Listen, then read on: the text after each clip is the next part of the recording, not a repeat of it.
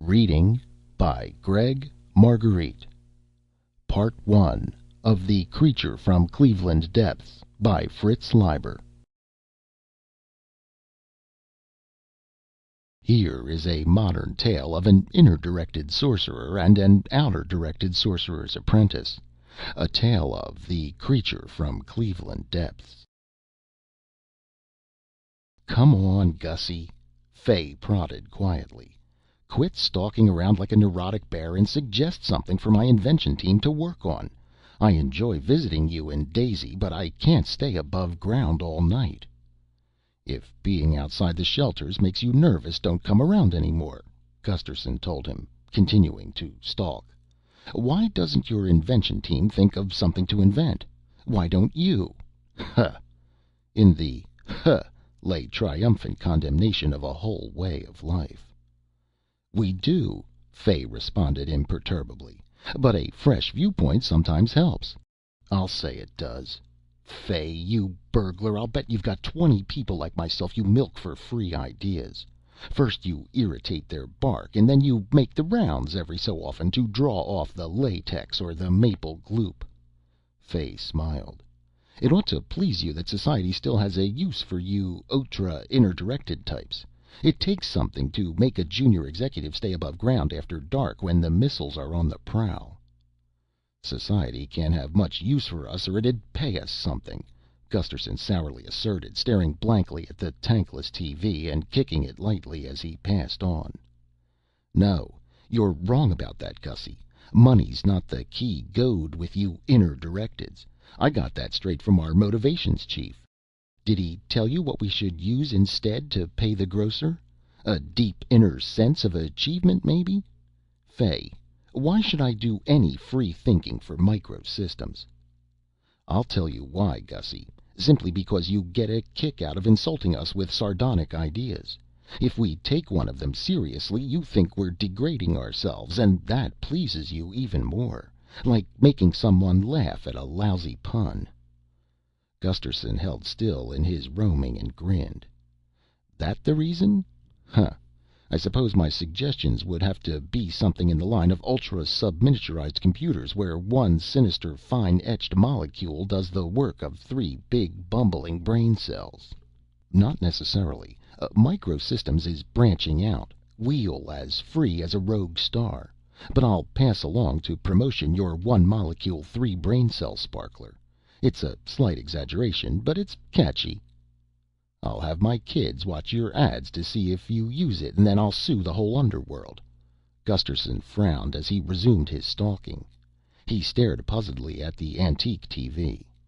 "How about inventing a plutonium termite?" he said suddenly. "It would get rid of those stockpiles that are worrying your moles to death." Fay grimaced noncommittally and cocked his head. "Well, then, how about a beauty mask? How about that, hey? I don't mean one to repair a woman's complexion, but one she'd wear all the time, that'd make her look like a 17-year-old sex pot. That'd end her worries." "Hey, that's for me," Daisy called from the kitchen. "I'll make Gusterson suffer. I'll make him crawl around on his hands and knees begging my immature favors." "No, you won't," Gusterson called back. "You having a face like that would scare the kids. Better cancel that one, Fay. Half the adult race looking like Vina Vidarson is too awful a thought." "Yeah, you're just scared of making $1 million," Daisy jeered. "I sure am," Gusterson said solemnly, scanning the fuzzy floor from one murky glass wall to the other, hesitating at the TV. "How about something homey now, like a flock of little prickly cylinders that roll around the floor collecting lint and flub? They'd work by electricity, or at a pinch cats could bat 'em around. Every so often they'd be automatically herded together and the lint cleaned off the bristles." "No good," Fay said. "There's no lint underground, and cats are verboten. And the above ground market doesn't amount to more money-wise than the state of Southern Illinois. Keep it grander, Gussie, and more impractical. You can't sell people merely useful ideas." From his hassock in the center of the room he looked uneasily around.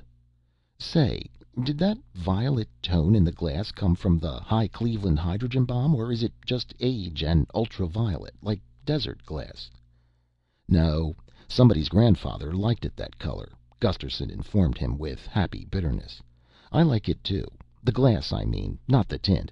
People who live in glass houses can see the stars, especially when there's a window washing streak in their germ plasm. Gussie, why don't you move underground? Fay asked, his voice taking on a missionary note. It's a lot easier living in one room, believe me. You don't have to tramp from room to room hunting things. I like the exercise, Gusterson said stoutly. But I bet Daisy'd prefer it underground, and your kids wouldn't have to explain why their father lives like a red Indian. Not to mention the safety factor and insurance savings, and a crypt church within easy slidewalk distance. Incidentally, we see stars all the time, better than you do, by repeater. Stars by repeater, Gusterson murmured to the ceiling, pausing for God to comment. Then, no, Fay, even if I could afford it, and stand it, I'm such a bad luck Harry that just when I got us all safely stowed at the N-1 sublevel, the Soviets would discover an earthquake bomb that struck from below, and I'd have to follow everybody back to the treetops. Hey, how about bubble homes in orbit around Earth? Microsystems could subdivide the world's most spacious suburb, and all you moles could go ellipsing. Space is as safe as there is. No air, no shock waves. Free fall's the ultimate in restfulness. Great health benefits. Commute by rocket. Or better yet, stay home and do all your business by TV telephone, or by Waldo, if it were that sort of thing. Even pet your girl by remote control. She in her bubble, you in yours, whizzing through vacuum. Oh, damn, damn, damn, damn, damn! He was glaring at the blank screen of the TV, his big hands clenching and unclenching. Don't let Fay give you apoplexy. He's not worth it, Daisy said, sticking her trim head in from the kitchen, while Fay inquired anxiously, Gussie, what's the matter? Nothing, you worm, Gusterson roared. Except that an hour ago I forgot to tune in on the only TV program I've wanted to hear this year. Finnegan's Wake, scored for English, Gaelic, and Brogue. Oh, damn, damn, damn! Too bad, Fay said lightly. I didn't know they were releasing it on flat TV, too. Well, they were. Some things are too damn big to keep completely underground, and I had to forget. I'm always doing it. I miss everything. Look here, you rat, he blatted suddenly at Fay, shaking his finger under the latter's chin. I'll tell you what you can have that ignorant team of yours invent. They can fix me up a mechanical secretary that I can feed orders into, and that'll remind me when the exact moment comes to listen to TV, or phone somebody, or mail in a story, or write a letter, or pick up a magazine, or look at an eclipse, or a new orbiting station, or fetch the kids from school, or buy Daisy a bunch of flowers, or whatever it is. It's got to be something that's always with me, not something I have to go and consult, or that I can get sick of and put down somewhere. And it's got to remind me forcibly enough so that I take notice and don't just shrug it aside like I sometimes do even when Daisy reminds me of things. That's what your stupid team can invent for me. If they do a good job, I'll pay 'em as much as $50. That doesn't sound like anything so very original to me, Fay commented coolly, leaning back from the wagging finger. I think all senior executives have something of that sort. At least their secretary keeps some kind of file. I'm not looking for something with spiked falsies and nylons up to the neck, interjected Gusterson, whose idea about secretaries were a trifle lurid. I just want a mech reminder, that's all. Well, I'll keep the idea in mind, Fay assured him, along with the bubble homes and beauty masks. If we ever develop anything along those lines, I'll let you know. If it's a beauty mask, I'll bring Daisy a pilot model to use to scare strange kids. He put his watch to his ear. Good Lord, I'm going to have to cut to make it underground before the main doors close. Just 10 minutes to second curfew. Bye, Gus. Bye, Days. 2 minutes later, living room lights out, they watched Fay's foreshortened ant-like figure scurrying across the balding, ill-lit park toward the nearest escalator. Gusterson said, Weird to think of that big, bright spaceport glamour basement stretching around everywhere underneath. Did you remind Smitty to put a new bulb in the elevator? The Smiths moved out this morning, Daisy said tonelessly. They went underneath. Like cockroaches, Gusterson said. Cockroaches leaving a sinking apartment building. Next, the ghosts'll be retreating to the shelters. Anyhow, from now on, we're our own janitors, Daisy said. He nodded. Just leaves 3 families besides us loyal to this glass death trap, not counting ghosts. He sighed. Then, you like to move below, Daisy? He asked softly, putting his arm lightly across her shoulders. Get a woozy eyeful of the bright lights and all for a change? Be a rat for a while? Maybe we're getting too old to be bats. I could scrounge me a company job and have a thinking closet all to myself and 2 secretaries with stainless steel breasts. Life'd be easier for you and a lot cleaner. And you'd sleep safer. That's true, she answered and paused. She ran her fingertips slowly across the murky glass, its violet tint barely perceptible against a cold, dim light across the park. But somehow, she said, snaking her arm around his waist, I don't think I'd sleep happier or one bit excited. Chapter 2. 3 weeks later, Fay, dropping in again, handed to Daisy the larger of the 2 rather small packages he was carrying. It's a so-called beauty mask, he told her, complete with wig, eyelashes, and wettable velvet lips. It even breathes, pinholed elastiskin with a static adherence charge. But microsystems had nothing to do with it, thank God. Beauty Tricks put it on the market 10 days ago, and it's already started a teenage craze. Some boys are wearing them, too, and the police are yipping at Tricks for encouraging transvestism with psychic repercussions. Didn't I hear somewhere that Tricks is a secret subsidiary of Micro? Gusterson demanded, rearing up from his ancient electric typewriter. No, you're not stopping me writing, Fay. It's the gut of everything. If I do any more, I won't have any juice to start with tomorrow. I got another of my insanity thrillers moving, a real id teaser. In this one, not only all the characters are crazy, but the robot psychiatrist, too. The vending machines are jumping with insanity novels, Fay commented. Odd, they're so popular. Gusterson chortled. The only way you outer-directed moles will accept individuality anymore, even in a fictional character, without your superegos getting seasick, is for them to be crazy. Hey, Daisy, let me see that beauty mask. But his wife, backing out of the room, hugged the package to her bosom and solemnly shook her head. A hell of a thing, Gusterson complained. Not even able to see what my stolen ideas look like. I've got a present for you, too, Fay said. Something you might think of as a royalty on all the inventions someone thought of a little ahead of you. $50 by your own evaluation. He held out the smaller package. Your tickler. My what? Gusterson demanded suspiciously. Your tickler. The mech reminder you wanted. It turns out that the file a secretary keeps to remind her boss to do certain things at certain times is called a tickler file. So we named this a tickler. Here. Gusterson still didn't touch the package. You mean you actually put your invention team to work on that nonsense? Well, what do you think? Don't be scared of it. Here, I'll show you. As he unwrapped the package, Fay said, It hasn't been decided yet whether we'll manufacture it commercially. If we do, I'll put through a voucher for you, for development consultation, or something like that. Sorry, no royalties possible. Davidson's squad had started to work up the identical idea 3 years ago, but it got shelved. I found it on a snoop through the closets. There. Looks rich, doesn't it? On the scarred black tabletop was a dully gleaming silvery object, about the size and shape of a cupped hand with fingers merging.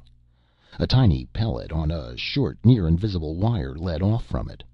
On the back was a punctured area, suggesting the face of a microphone. There was also a window with a date and time in hours and minutes showing through, and next to that 4 little buttons in a row. The concave underside of the silvery hand was smooth except for a central area where what looked like 2 little rollers came through. It goes on your shoulder under your shirt, Fay explained, and you tuck the pellet in your ear. We might work up bone conduction on a commercial model. Inside is an ultra-slow fine wire recorder holding a spool that runs for a week. The clock lets you go to any place on the 7-day wire and record a message. The buttons give you variable speed in going there so you don't waste too much time making a setting. There's a knack in fingering them efficiently, but it's easily acquired. Fay picked up the tickler. For instance, suppose there's a TV show you want to catch tomorrow night at 2200. He touched the buttons. There was the faintest whirring. The clock face blurred briefly 3 times before showing the setting he'd mentioned. Then Fay spoke into the punctured area. "Turn on TV channel 2, you big dummy." He grinned over at Gusterson. "When you've got all your instructions to yourself loaded in, you synchronize with the present moment and let her roll. Fit it on your shoulder and forget it. Oh, yes, and it literally does tickle you every time it delivers an instruction. That's what the little rollers are for. Believe me, you can't ignore it. Come on, Gussie, take off your shirt and try it out. We'll feed in some instructions for the next 10 minutes so you get the feel of how it works." "I don't want to," Gusterson said. Not right now. I want to sniff around it first." "My God, it's small. Besides everything else it does it think?" "Don't pretend to be an idiot, Gussie. You know very well that even with ultra submicro, nothing quite this small can possibly have enough elements to do any thinking." Gusterson shrugged. "I don't know about that. I think bugs think." Fay groaned faintly. "Bugs operate by instinct, Gussie," he said. A patterned routine. They do not scan situations and consequences and then make decisions." "I don't expect bugs to make decisions," Gusterson said. For that matter, I don't like people who go around all the time making decisions." "Well, you can take it from me, Gussie, that this tickler is just a miniaturized wire recorder and clock, and a tickler. It doesn't do anything else." "Not yet, maybe," Gusterson said darkly. "Not this model, Fay. I'm serious about bugs thinking. Or if they don't exactly think, they feel. They've got an interior drama, an inner glow. They're conscious, for that matter. Fay, I think all your really complex electronic computers are conscious, too." "Quit kidding, Gussie." "Who's kidding?" "You are. Computers simply aren't alive." "What's alive? A word. I think computers are conscious, at least while they're operating. They've got that inner glow of awareness. They sort of, well, meditate." "Gussie, computers haven't got any circuits for meditating. They're not programmed for mystical lucubrations. They've just got circuits for solving the problems they're on." "Okay, you admit they've got problem-solving circuits, like a man has. I say if they've got the equipment for being conscious, they're conscious. What has wings flies." "Including stuffed owls and gilt eagles and dodos and wood-burning airplanes?" "Maybe under some circumstances there was a wood-burning airplane. Fay," Gusterson continued, wagging his wrists for emphasis, "I really think computers are conscious. They just don't have any way of telling us that they are. Or maybe they don't have any reason to tell us, like the little Scotch boy who didn't say a word until he was 15 and was supposed to be deaf and dumb." "Why didn't he say a word?" "Because he never had anything to say. Or take those Hindu fakirs, Fay, who sit still and don't say a word for 30 years or until their fingernails grow to the next village. If Hindu fakirs can do that, computers can." Looking as if he were masticating a lemon, Fay asked quietly, "Gussie, did you say you were working on an insanity novel?" Gusterson frowned fiercely. "Now you're kidding," he accused Fay. "The dirty kind of kidding, too." "I'm sorry," Fay said with light contrition. "Well, now that you've sniffed at it, how about trying on Tickler?" He picked up the gleaming blunted crescent and jogged it temptingly under Gusterson's chin. "Why should I?" Gusterson asked, stepping back. "Fay, I'm up to my ears writing a book. The last thing I want is something interrupting me to make me listen to a lot of junk and do a lot of useless things." "But damn it, Gussie, it was all your idea in the first place," Fay blatted. Then, catching himself, he added, "I mean, you were one of the first people to think of this particular sort of instrument." "Maybe so, but I've done some more thinking since then." Gusterson's voice grew a trifle solemn. "Inner directed, worthwhile thinking." Fay, when a man forgets to do something, it's because he really doesn't want to do it, or because he's all roiled up down in his unconscious.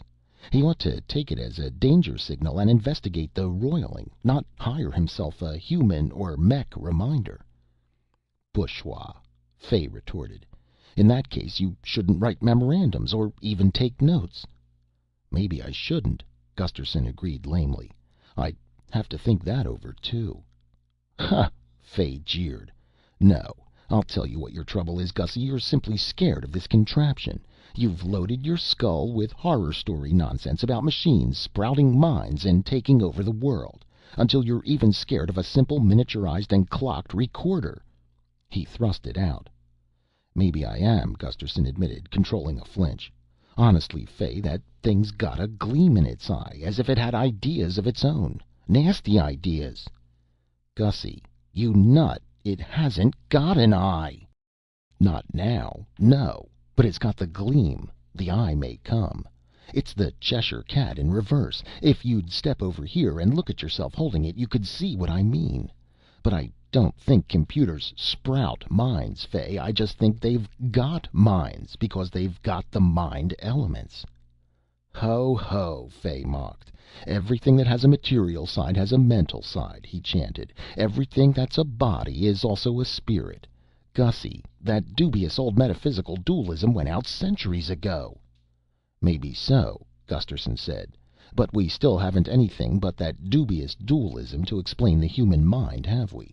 It's a jelly of nerve cells, and it's a vision of the cosmos. If that isn't dualism, what is?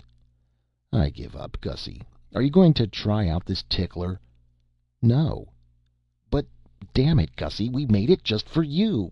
Practically. Sorry, but I'm not coming near the thing. Then come near me, a husky voice intoned behind them. Tonight I want a man. Standing in the door was something slim in a short silver sheath. It had golden bangs and the haughtiest snub-nosed face in the world. It slunk toward them. My God, it's Vina Vidarsson, Gusterson yelled. Daisy, that's terrific, Fay applauded, going up to her. She bumped him aside with a swing of her hips, continuing to advance. Not you, Ratty, she said throatily. I want a real man. Fay, I suggested Vina Vidarsson's face for the beauty mask, Gusterson said, walking around his wife and shaking a finger. Don't tell me Tricks just happened to think of that, too. What else could they think of? Fay laughed. This season, sex means VV and nobody else. An odd little grin flicked his lips. A tic traveled up his face and his body twitched slightly. Say, folks, I'm going to have to leave. It's exactly 15 minutes to second curfew. Last time I had to run and I got heartburn. When are you people going to move downstairs? I'll leave Tickler, Gussie. Play around with it and get used to it. Bye now. Hey, Fay, Gusterson called curiously. Have you developed absolute time sense? Fay grinned a big grin from the doorway. Almost too big a grin for so small a man. I didn't need to, he said softly, patting his right shoulder. My tickler told me. He closed the door behind him. As, side by side, they watched him strut sedately across the murky, chilly-looking park, Gunderson mused. So the little devil had one of those nonsense gadgets on all the time, and I never noticed. Can you beat that? Something drew across the violet-tinged stars, a short, bright line that quickly faded. What's that? Gusterson asked gloomily. Next to last stage of missile here? Won't you settle for an old-fashioned shooting star? Daisy asked softly. The wettable velvet lips of the mask made even her natural voice sound different. She reached a hand back of her neck to pull the thing off. Hey, don't do that, Gusterson protested in a hurt voice. Not for a while, anyway. Okay, she said harshly, turning on him. Then down on your knees, dog. Chapter 3. It was a fortnight, and Gusterson was loping down the home stretch on his 40,000-word insanity novel before Fay dropped in again, this time promptly at high noon. Normally Fay cringed his shoulders a trifle and was inclined to slither, but now he strode aggressively, his legs scissoring in a fast, low goose step.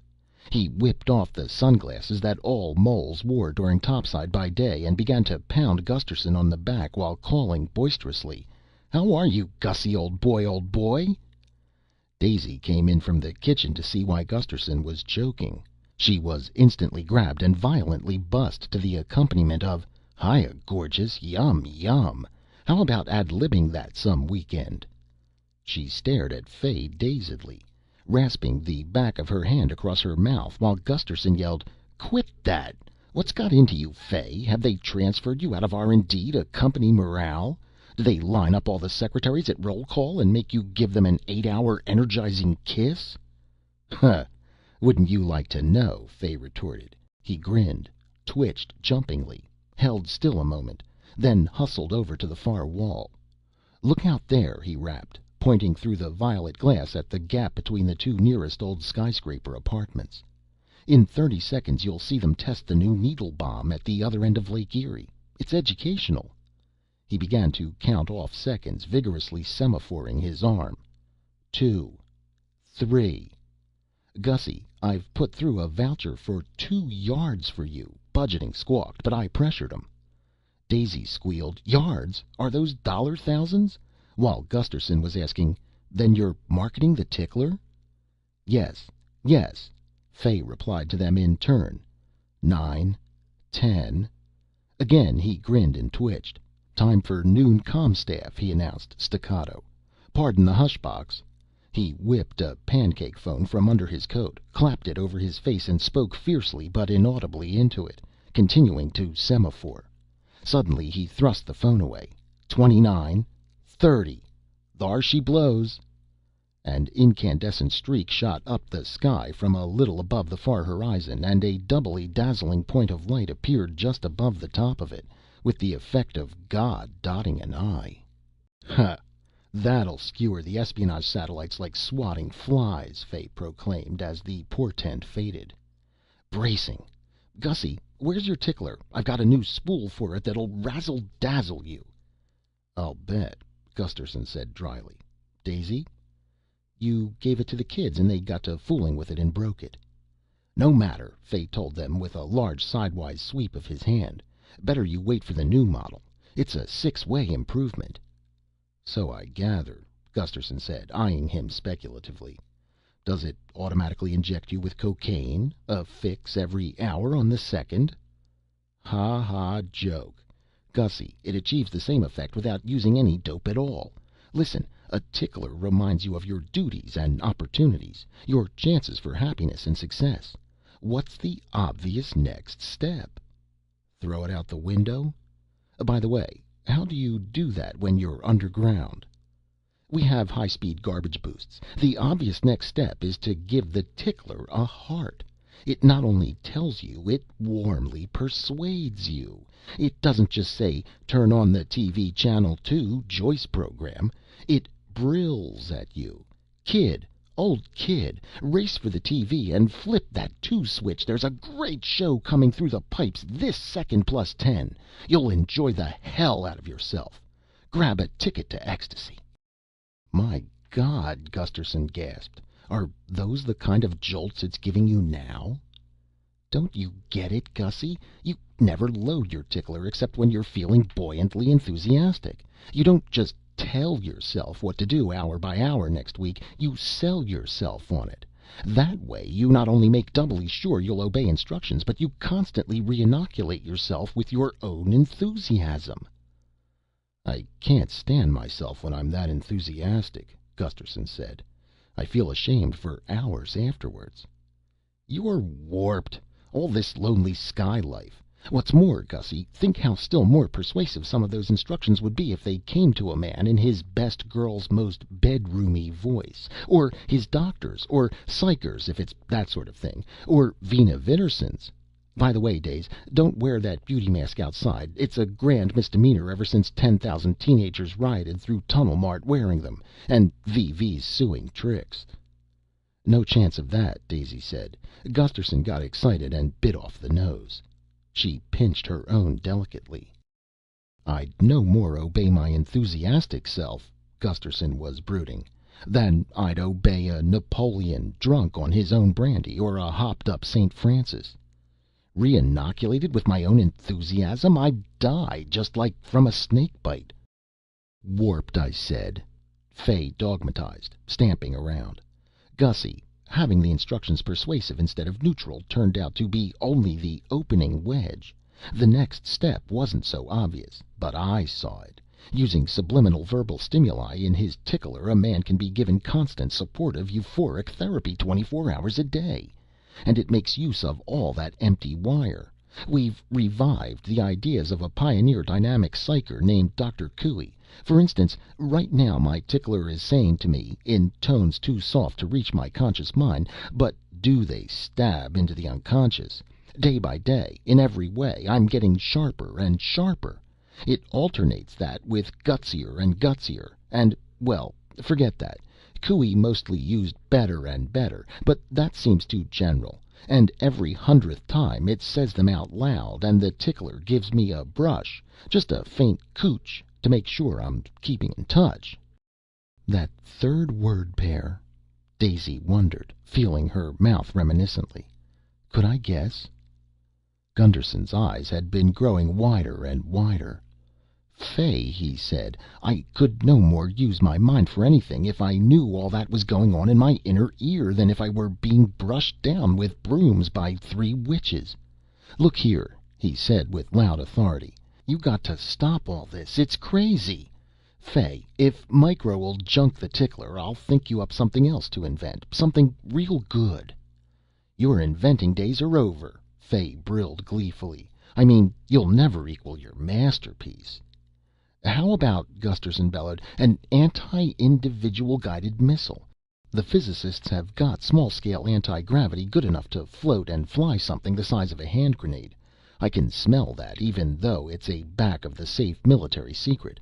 Well, how about keying such a missile to a man's fingerprints, or brainwaves maybe, or his unique smell, so it can spot and follow him around, then target in on him without harming anyone else?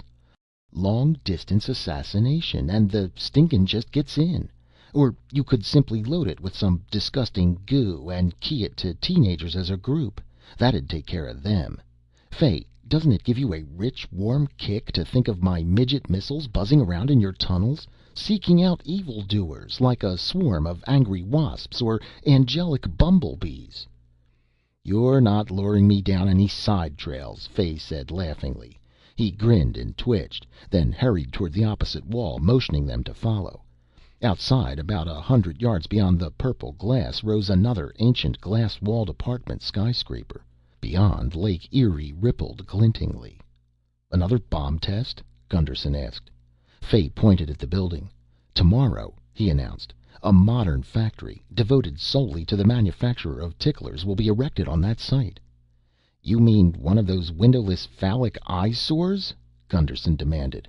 "Fay, you people aren't even consistent. You've got all your homes underground. Why not your factories?" "Shh! Not enough room. And night missiles are scarier." "I know that building's been empty for a year," Daisy said uneasily. "But how?" "Shh! Watch. Now!" The looming building seemed to blur or fuzz for a moment. Then it was as if the lake's bright ripples had invaded the old glass 100 yards away. Wavelets chased themselves up and down the gleaming walls, became higher, higher, and then suddenly the glass cracked all over to tiny fragments and fell away, to be followed quickly by fragmented concrete and plastic piping, until all that was left was the nude steel framework, vibrating so rapidly as to be almost invisible against the gleaming sky. Daisy covered her ears, but there was no explosion, only a long drawn-out low crash as the fragments hit 20 floors below and dust whooshed out sideways. "Spectacular!" Fay summed up. "Knew you'd enjoy it. That little trick was first conceived by the great Tesla during his last fruity years. Research discovered it in his biog. We just made the dream come true. A tiny resonance device you could carry in your belt bag attunes itself to the natural harmonic of a structure and then increases amplitude by tiny pushes exactly in time. Just like soldiers marching in step can break down a bridge. Only this is as if it were being done by one marching ant. He pointed at the naked framework appearing out of its own blur and said, "We'll be able to hang the factory on that. If not, we'll whip a megacurrent through it and vaporize it. No question the micro-resonator is the neatest, sweetest wrecking device going. You can expect a lot more of this sort of efficiency now that mankind has the tickler to enable him to use his full potential. What's the matter, folks?" Daisy was staring around the violet-walled room with dumb mistrust. Her hands were trembling. "You don't have to worry," Fay assured her with an understanding laugh. "This building's safe for a month more at least." Suddenly he grimaced and leapt a foot in the air. He raised a clawed hand to scratch his shoulder, but managed to check the movement. "Got to beat it, folks," he announced tersely. "My tickler gave me the grand cooch." "Don't go yet," Gunderson called, rousing himself with a shudder which he immediately explained. "I just had the illusion that if I shook myself all my flesh and guts would fall off my shimmying skeleton. Brr! Fay, before you and Micro go off half-cocked, I want you to know there's one insuperable objection to the tickler as a mass-market item. The average man or woman won't go to the considerable time and trouble it must take to load the tickler. He simply hasn't got the compulsive orderliness and willingness to plan that it requires." "We thought of that weeks ago." Fay rapped his hand on the door. "Every tickler spool that goes to market is patterned like wallpaper, with one of 5 designs of suitable subliminal supportive euphoric material. Ittier and ittier, viriler and viriler, you know.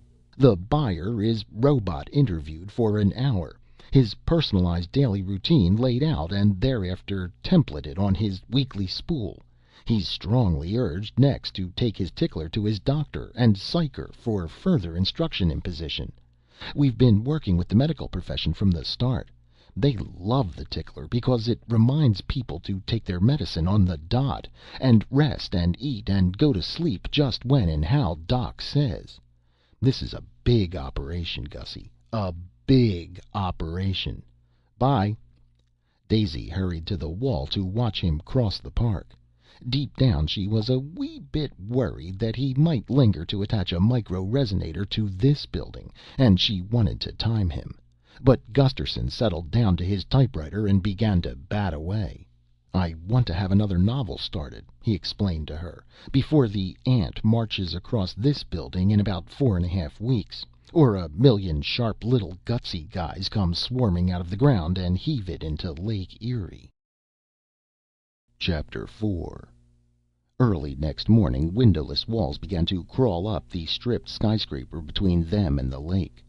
Daisy pulled the blackout curtains on that side.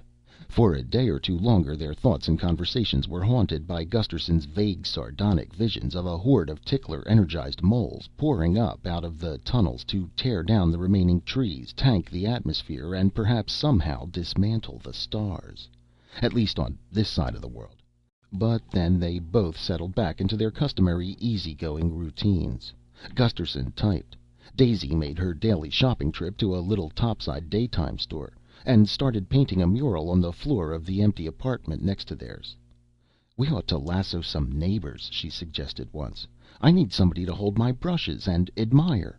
How about you making a trip below at the cocktail hours, Gusterson, and picking up a couple of girls for a starter? Flash the old viriler charm, cooch them up a bit, emphasize the delights of high living, but make sure they're compatible roommates. You could pick up that 2-yard check from Micro at the same time." "You're an immoral, money-ravenous wench," Gusterson said absently, trying to dream of an insanity beyond insanity that would make his next novel a real id-rousing best vendor. "If that's your vision of me, you shouldn't have chewed up the VV mask." "I'd really prefer you with green stripes," he told her, "but stripes, spots, or sunbathing, you're better than those cocktail moles." Actually, both of them acutely disliked going below. They much preferred to perch in their eyrie and watch the people of Cleveland Depths, as they privately called the local suburb, rush up out of the shelters at dawn to work in the concrete fields and windowless factories, make their daytime jet trips and freeway jaunts, do their noon hour and coffee break guerrilla practice, and then go scurrying back at twilight to the atomic-proof, brightly lit, vastly exciting, claustrophobic caves. Fay and his projects began once more to seem dreamlike, though Gusterson did run across a cryptic advertisement for ticklers in the Manchester Guardian, which he got daily by facsimile. Their 3 children reported similar ads, of no interest to young Fry, on the TV, and one afternoon they came home with the startling news that the monitors at their subsurface school had been issued ticklers. On sharp interrogation by Gusterson, however, it appeared that these last were not ticklers, but merely two-way radios linked to the school police station transmitter. "Which is bad enough," Gusterson commented later to Daisy, "but it'd be even dirtier to think of those clock-watching superegos being strapped to kids' shoulders. Can you imagine Huck Finn with a tickler, telling him when to tie up the raft to a towhead and when to take a swim?" "I bet Fay could," Daisy countered. "When's he going to bring you that check, anyhow? Iago wants a jet cycle, and I promised Imogene a Vina kit, and then Claudius'll have to have something." Gusterson scowled thoughtfully. "You know, Daze," he said, "I got a feeling Fay's in the hospital, all narcotized up and being fed intravenously. The way he was jumping around last time, that tickler was going to cooch him to pieces in a week." As if to refute this intuition, Fay turned up that very evening. The lights were dim. Something had gone wrong with the building's old transformer, and pending repairs, the 2 remaining occupied apartments were making do with batteries, which turned bright globes to mysterious amber candles and made Gusterson's ancient typewriter operate sluggishly. Fay's manner was subdued, or at least closely controlled, and for a moment Gusterson thought he'd shed his tickler. Then the little man came out of the shadows, and Gusterson saw the large bulge on his right shoulder. "Yes, we had to up it a bit size-wise," Fay explained in clipped tones. "Additional super features. While brilliantly successful on the whole, the subliminal euphorics were a shade too effective. Several hundred users went hoppity manic. We gentled the cooch and qualified the subliminals. You know, day by day, in every way, I'm getting sharper and more serene. But a stabilizing influence was still needed. So after a top-level conference, we decided to combine Tickler with Moodmaster." "My God," Gusterson interjected, "do they have a machine now that does that?" "Of course. They've been using them on ex-mental patients for years." "I just don't keep up with progress," Gusterson said, shaking his head bleakly. "I'm falling behind on all fronts." "You ought to have your tickler remind you to read Science Service releases," Fay told him, "or simply instruct it to scan the releases and no, that's still in research." He looked at Gusterson's shoulder, and his eyes widened. "You're not wearing the new model tickler I sent you," he said accusingly. "I never got it," Gusterson assured him. "Postmen deliver topside mail and parcels by throwing them on the high-speed garbage boosts and hoping a tornado will blow them to the right address." Then he added helpfully, "Maybe the Russians stole it while it was riding the whirlwinds." "That's not a suitable topic for jesting." Fay frowned. "We're hoping that Tickler will mobilize the full potential of the free world for the first time in history, Gusterson. You are going to have to wear a ticky-tick. It's becoming impossible for a man to get through modern life without one." "Maybe I will," Gusterson said appeasingly, "but right now tell me about Moodmaster. I want to put it in my new insanity novel." Fay shook his head. "Your readers will just think you're behind the times if you use it, underplay it. But anyhow, Moodmaster is a simple physiotherapy engine that monitors bloodstream chemicals and body electricity. It ties directly into the bloodstream, keeping blood sugar, etc., at optimum levels and injecting euphrin or depressin as necessary, and occasionally a touch of extra adrenaline as during work emergencies." "Is it painful?" Daisy called from the bedroom. "Excruciating," Gusterson called back. "Excuse it, please." He grinned at Fay. "Hey, didn't I suggest cocaine injections last time I saw you?" So you did, Fay agreed flatly. Oh, by the way, Gussie, here's that check for a yard I promised you. Micro doesn't muzzle the ox.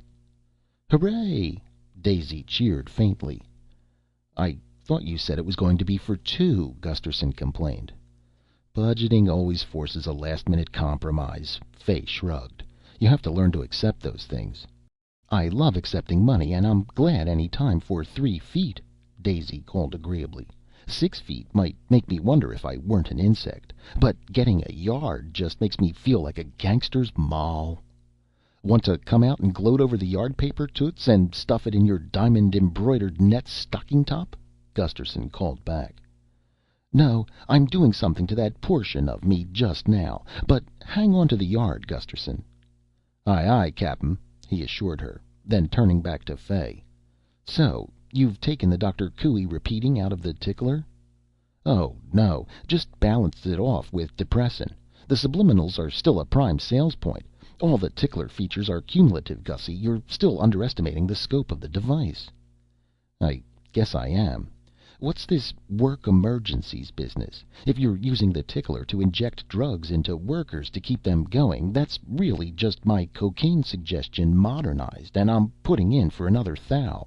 Hundreds of years ago, the South American Indians chewed coca leaves to kill fatigue sensations. That's so. Interesting. And it proves priority for the Indians, doesn't it? I'll make a try for you, Gussie, but don't expect anything. He cleared his throat. His eyes grew distant, and turning his head a little to the right, he enunciated sharply, Pooh Bah. Time, Inst 05-105700. Record. Gussie Coca, thou budget. Cut. He explained. We got a voice-cued setter now on the deluxe models. You can record a memo to yourself without taking off your shirt. Incidentally, I used the ends of the hours for trifle memos. I've already used up the 59s and 8s for tomorrow and started on the 57s. I understood most of your memo, Gusterson told him gruffly. The last 00 was for seconds, wasn't it? Now I call that crude. Why not microseconds, too? But how do you remember where you've made a memo so you don't record over it? After all, you're re-recording over the wallpaper all the time. Tickler beeps and then hunts for the nearest information-free space. I see. And what's the Pooh Bah for? Fay smiled. Cut. My password for activating the setter so it won't respond to chance numerals it overhears. But why Pooh Bah? Fay grinned. Cut. And you a writer. It's a literary reference, Gussie. Pooh Bah, cut, was Lord High Everything Else in the Mikado. He had a little list, and nothing on it would ever be missed. Oh, yeah, Gunderson remembered, glowering. As I recall it, all that went on that list was the names of people who were slated to have their heads chopped off by Coco. Better watch your step, Shorty. It may be a backhanded omen. Maybe all those workers you're putting ticklers on to pump them full of adrenaline so they'll overwork without noticing it will revolt and come out someday chopping for your head. Spare me the Marxist mythology, Fay protested. Gussie, you've got a completely wrong slant on tickler. It's true that most of our mass sales so far, bar government and army, have been to large companies purchasing for their employees. Aha! But that's because there's nothing like a tickler for teaching a new man his job.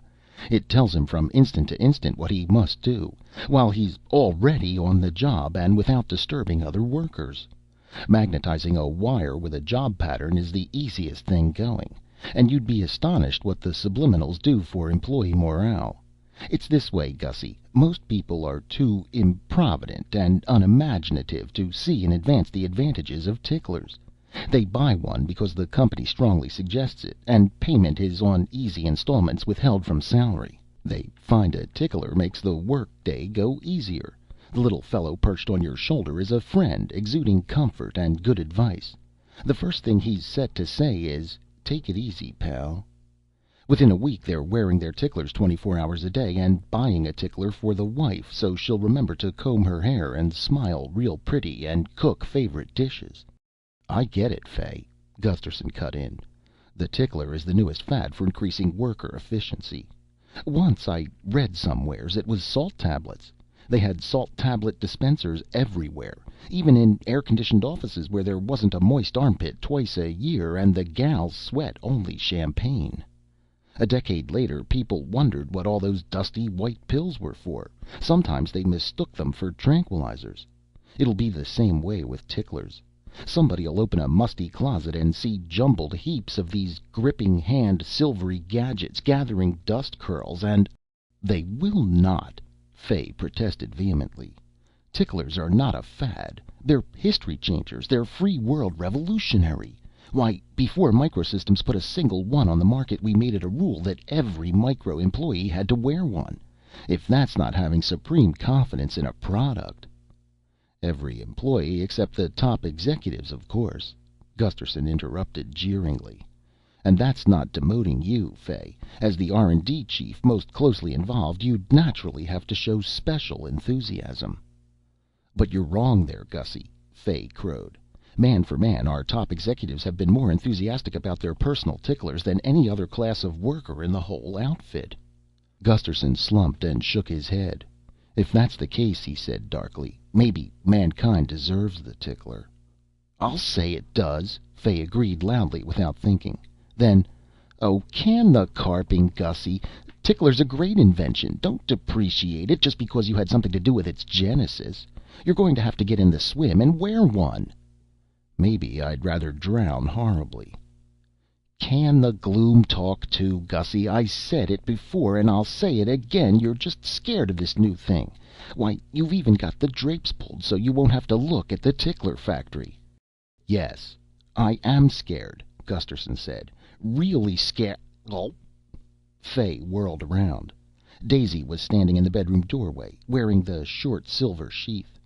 This time there was no mask, but her bobbed hair was glitteringly silvered, while her legs, arms, hands, neck, face, every bit of her exposed skin, was painted with beautifully even vertical green stripes. I did it as a surprise for Gusterson, she explained to Fay. He says he likes me this way. The green glop's supposed to be smudge-proof. Gusterson did not comment. His face had a rapt expression. I'll tell you why your tickler's so popular, Fay, he said softly. It's not because it backstops the memory, or because it boosts the ego with subliminals. It's because it takes the hook out of a guy. It takes over the job of withstanding the pressure of living. See, Fay, here are all these little guys in this subterranean rat race with atomic death squares and chromium-plated reward squares and enough money if you pass go, almost to get to go again. And a million rules of the game to keep in mind. Well, here's this one little guy, and every morning he wakes up, there's all these things he's got to keep in mind or do, or he'll lose his turn 3 times in a row, and maybe a terrible black rook in iron armor loom up and bang him off the chessboard. But now, look, now he's got his tickler, and he tells his sweet silver tickler all these things, and the tickler's got to remember them. Of course, he'll have to do them eventually, but meanwhile, the pressure's off him. The hook's out of his short hairs. He's shifted the responsibility. Well, what's so bad about that? Fay broke in loudly. What's wrong with taking the pressure off little guys? Why shouldn't Tickler be a superego surrogate? Micro's motivations chief noticed that positive feature straight off and scored it 3 pluses. Besides, it's nothing but a gaudy way of saying that Tickler backstops the memory. Seriously, Gussie, what's so bad about it? I don't know, Gusterson said slowly, his eyes still far away. I just know it feels bad to me. He crinkled his big forehead. Well, for one thing, he said, it means that a man's taking orders from something else. He's got a kind of master. He's sinking back into a slave psychology. He's only taking orders from himself, Fay countered disgustedly. Tickler's just a mech reminder, a notebook, in essence no more than the back of an old envelope. It's no master. Are you absolutely sure of that? Gusterson asked quietly. Why, Gussie, you big oaf, Fay began heatedly. Suddenly his features quirked, and he twitched. Excuse me, folks, he said rapidly, heading for the door, but my tickler told me I gotta go. Hey, Fay, don't you mean you told your tickler to tell you when it was time to go? Gusterson called after him. Fay looked back in the doorway. He wet his lips, his eyes moved from side to side. "I'm not quite sure," he said in an odd, strained voice, and darted out. Gusterson stared for some seconds at the pattern of emptiness Fay had left. Then he shivered. Then he shrugged. "I must be slipping," he muttered. "I never even suggested something for him to invent." Then he looked around at Daisy, who was still standing poker-faced in her doorway. "Hey, you look like something out of the Arabian Nights," he told her. "Are you supposed to be anything special? How far do those stripes go, anyway?" "You could probably find out," she told him coolly. "All you have to do is kill me a dragon or two first." He studied her. "My God," he said reverently. "I really have all the fun in life. What do I do to deserve this?" "You've got a big gun," she told him, "and you go out in the world with it and hold up big companies and take yards and yards of money away from them in rolls like ribbon and bring it all home to me." "Don't say that about the gun again," he said. "Don't whisper it. Don't even think it. I've got one, damn it, .38 caliber yet. And I don't want some psionic monitor with two-way clairaudience they haven't told me about catching the whisper and coming to take the gun away from us. It's one of the few individuality symbols we've got left." Suddenly Daisy whirled away from the door, spun 3 times so that her silvered hair stood out like a metal coolie hat, and sank to a curtsy in the middle of the room. "I've just thought of what I am," she announced, fluttering her eyelashes at him. "I'm a sweet silver tickler with green stripes."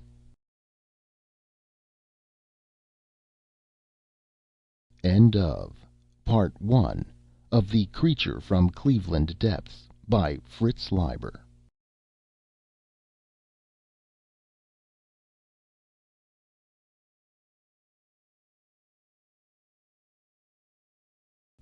Reading by Greg Marguerite. Part 2 of The Creature from Cleveland Depths by Fritz Leiber. Chapter 5.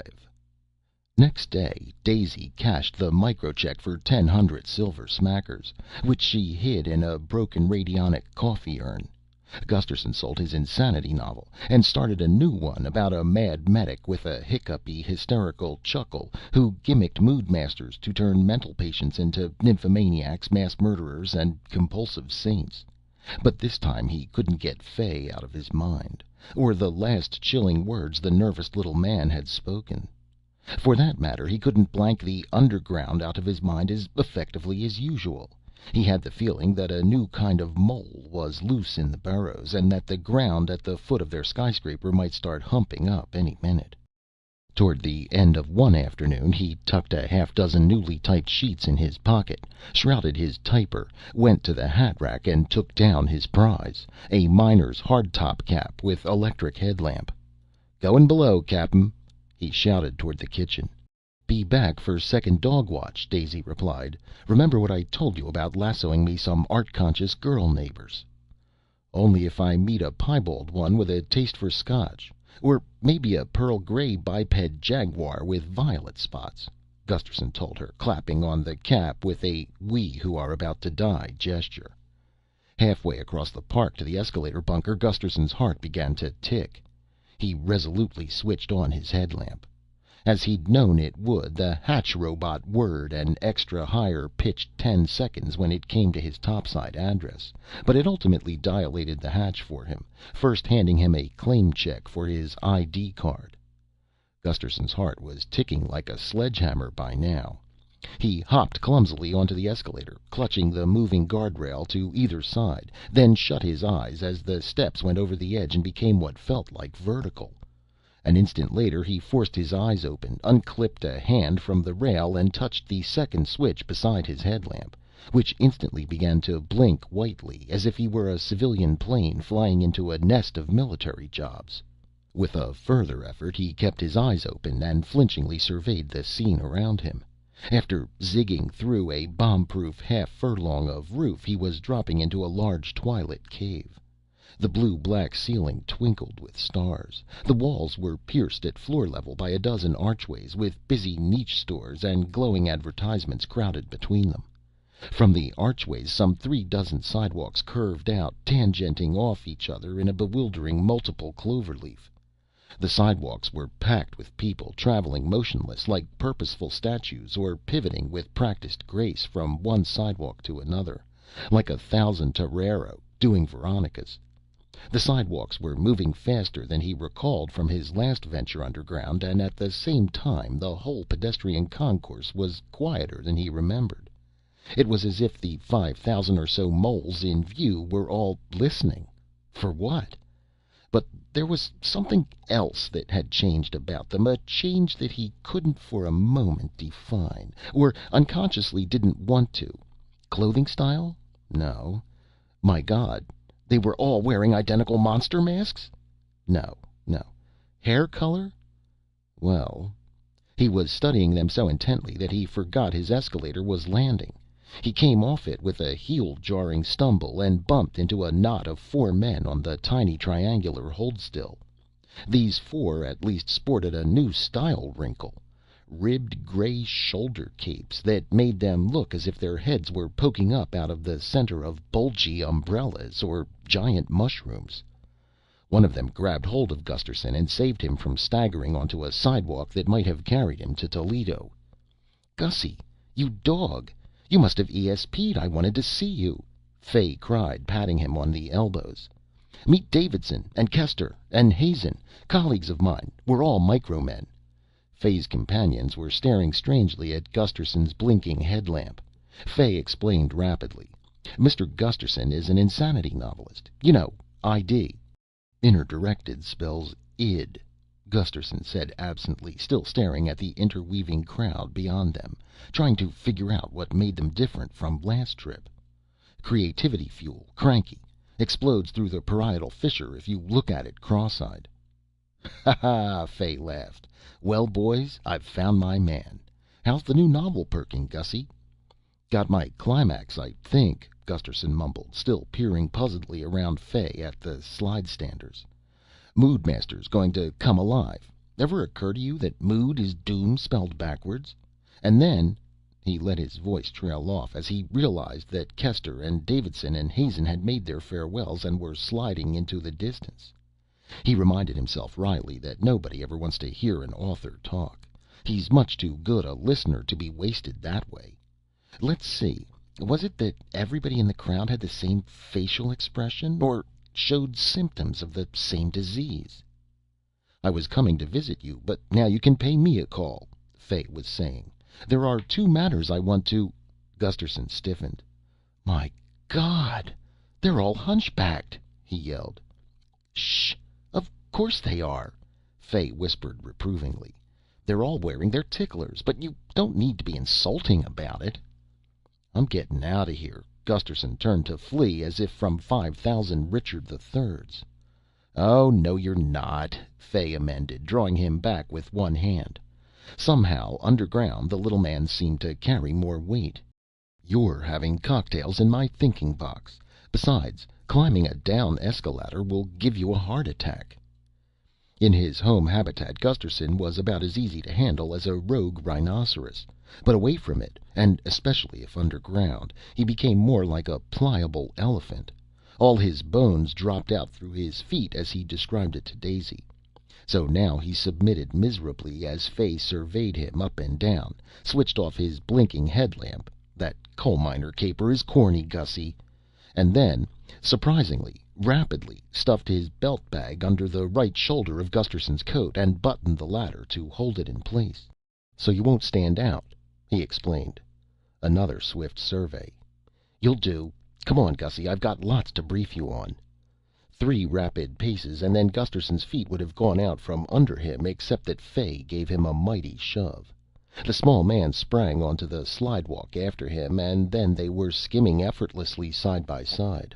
Gusterson felt frightened and twice as hunchbacked as the slidestanders around him, morally as well as physically. Nevertheless, he countered bravely. "I got things to brief you on. I got 6 pages of cautions on t—" "Shh!" Fay stopped him. "Let's use my hush box." He drew out his pancake phone and stretched it so that it covered both their lower faces like a double yashmak. Gunderson, his neck pushing into the ribbed bulge of the shoulder cape so he could be cheek to cheek with Fay, felt horribly conspicuous. But then he noticed that none of the slidestanders were paying them the least attention. The reason for their abstraction occurred to him. They were listening to their ticklers. He shuddered. "I got 6 pages of caution on ticklers," he repeated into the hot, moist quiet of the pancake phone. "I typed 'em so I wouldn't forget 'em in the heat of polemicking. I want you to read every word, Fay. I've had it on my mind ever since I started wondering whether it was you or your tickler made you duck out of our place last time you were there. I want you to—" "All in good time." In the pancake phone, Fay's laugh was brassy. "But I'm glad you've decided to lend a hand, Gussie. This thing is moving fast. Nation-wise, adult underground ticklerization is 90% complete." "I don't believe that," Gusterson protested, while glaring at the hunchbacks all around them. The slidewalk was gliding down a low, glow-ceiling tunnel lined with doors and advertisements. Rapt-eyed people were pirouetting on and off. A thing just can't develop that fast, Fay. It's against nature." "But we're not in nature. We're in culture. The progress of an industrial scientific culture is geometric. It goes n times as many jumps as it takes. More than geometric, exponential. Confidently, Micro's math chief tells me we're currently on a 4th power progress curve, trending into a 5th. "You mean we're going so fast we got to watch out we don't bump ourselves in the rear when we come around again?" Gusterson asked, scanning the tunnel ahead for curves. "Or just shoot straight up to infinity?" "Exactly. Of course, most of the last power and a half is due to Tickler itself. Gussie, the ticklers already eliminated absenteeism, alcoholism, abulia in numerous urban areas, and that's just one letter of the alphabet. If Tickler doesn't turn us into a nation of photo memory constant creative flow geniuses in 6 months, I'll come live topside." "You mean because a lot of people are standing around glassy-eyed listening to something mumbling in their ear that it's a good thing?" "Gussie, you don't know progress when you see it. Tickler is the greatest invention since language, bar none. It's the greatest instrument ever devised for integrating a man into all phases of his environment. Under the present routine, a newly purchased tickler first goes to government and civilian defense for primary patterning, then to the purchaser's employer, then to his doctor, psycher, then to his local bunker captain, then to him. Everything that's needful for a man's welfare gets on the spools. Efficiency cubed. Incidentally, Russia's got the tickler now. Our dip satellites have photographed it. It's like ours, except the commies wear it on their left shoulder. But they're 2 weeks behind us in development, and they'll never close the gap." Gusterson reared up out of the pancake phone to take a deep breath. A sulky-lipped, sylph-figured girl 2 feet from him twitched. Medium cooch, he judged. Then fumbled in her belt bag for a pill and popped it in her mouth. "Hell, the tickler's not even efficient yet about little things," Gusterson blatted, diving back into the privacy yashmak he was sharing with Fay. "Why didn't that girl's doctor have the Moodmaster component of her tickler inject her with medicine?" "Her doctor probably wants her to have the discipline of pill taking, or the exercise," Fay answered glibly. "Look sharp now. Here's where we fork. I'm taking you through Micro's postern." A ribbon of slidewalk split itself from the main band and angled off into a short alley. Gusterson hardly felt the constant speed juncture as they crossed it. Then the secondary ribbon speeded up, carrying them at about 30 feet a second toward the blank concrete wall in which the alley ended. Gusterson prepared to jump, but Fay grabbed him with one hand and with the other held up toward the wall a badge and a button. When they were about 10 feet away, the wall whipped aside, then whipped shut behind them so fast that Gusterson wondered momentarily if he still had his heels and the seat of his pants. Fay, tucking away his badge and pancake phone, dropped the button in Gunderson's vest pocket. "Use it when you leave," he said casually. "That is, if you leave."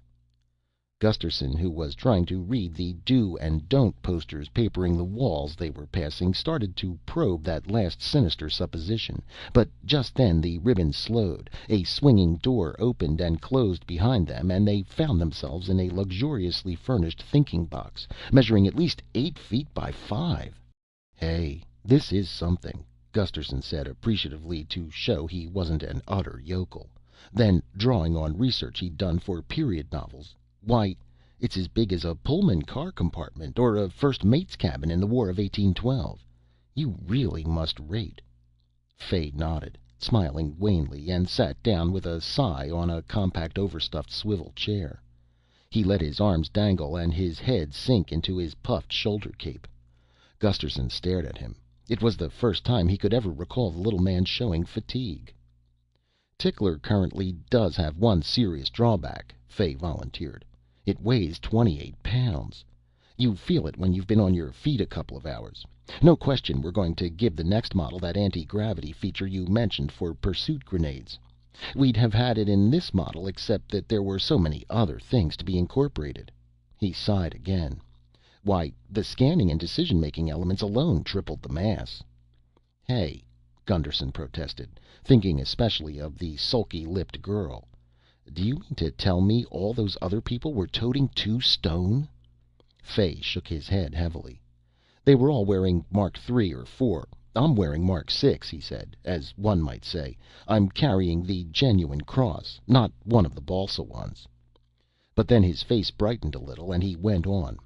"Of course the new improved features make it more than worth it, and you hardly feel it at all at night when you're lying down. And if you remember to talcum under it twice a day, no sores develop, at least not very big ones." Backing away involuntarily, Gusterson felt something prod his right shoulder blade. Ripping open his coat, he convulsively plunged his hand under it and tore out Fay's belt bag, and then set it down very gently on the top of a shallow cabinet and relaxed with the sigh of one who has escaped a great if symbolic danger. Then he remembered something Fay had mentioned. He straightened again. "Hey, you said it's got scanning and decision-making elements. That means your tickler thinks, even by your fancy standards. And if it thinks, it's conscious." "Gussie," Fay said wearily, frowning, "all sorts of things nowadays have S&DM elements. Mail sorters, missiles, robot medics, high-style mannequins, just to name some of them is. They think to use that archaic word, but it's neither here nor there, and they're certainly not conscious." "Your tickler thinks," Gusterson repeated stubbornly. "Just like I warned you it would. It sits on your shoulder, riding you like it was a pony or a starved St. Bernard. And now it thinks." "Suppose it does," Fay yawned. "What of it?"